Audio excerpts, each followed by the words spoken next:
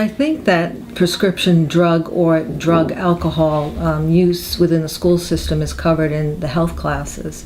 And I know our SROs are pretty active about going into the classrooms and going through information with students.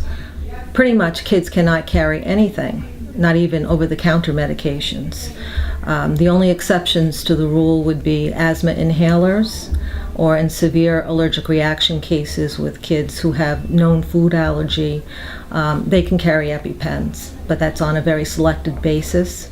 And I think the issue with prescription drug use is that some kids feel that since it's prescribed, well, then it's okay to take. So if you can take it, I can take it, and why don't we share kind of mentality, which is, very immature, very inexperienced. We have a team approach to any kind of substance issue that happens within our building.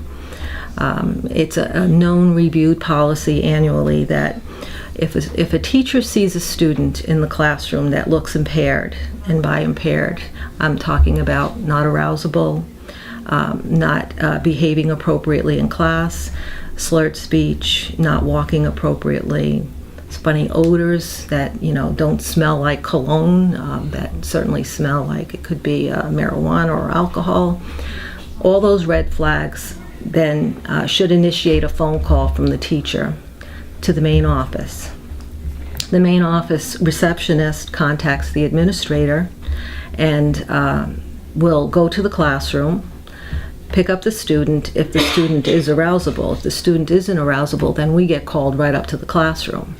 And then we'll do a once-over on the student by assessing vital signs, their level of consciousness. If they're totally unarousable, then we call an ambulance for them because we don't know, what is going on specifically with the student. At that time also, it's legal for the administrators to search the student's belongings. So their backpacks are checked to see if there's any remnants of alcohol, drugs, prescription, or illegal. And that is a good indicator if something is found on how to take care of a student who's unconscious. It's very unusual that we actually get called to a classroom because someone's unconscious. If I have to put a number to it, maybe once or twice a year. Mm-hmm. And sometimes it's because of behavior that you see someone who just wants to sleep in class. Other times it could be that the person actually is on prescription medicines that he needs to take that need to be adjusted, that it's just too high of a dose that he's taken and it's snowing him into the day. So we'll communicate with parents and tell them that we're seeing this in school and your student can't stay awake in class. There are times when kids will be brought down obviously impaired and they will deny that they've done anything, they've taken anything. And then, a good search of a backpack and clothes show otherwise, or their condition deteriorates in front of your eyes and we tell them, listen, we have to know how to treat you.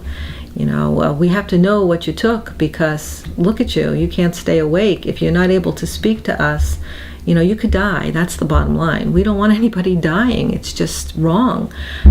9 times out of 10, we'll get a kid who will confess and tell us because they're scared, because they feel the symptoms. They know that they've done something wrong, and they'll own up to how many pills they took and, where it came from.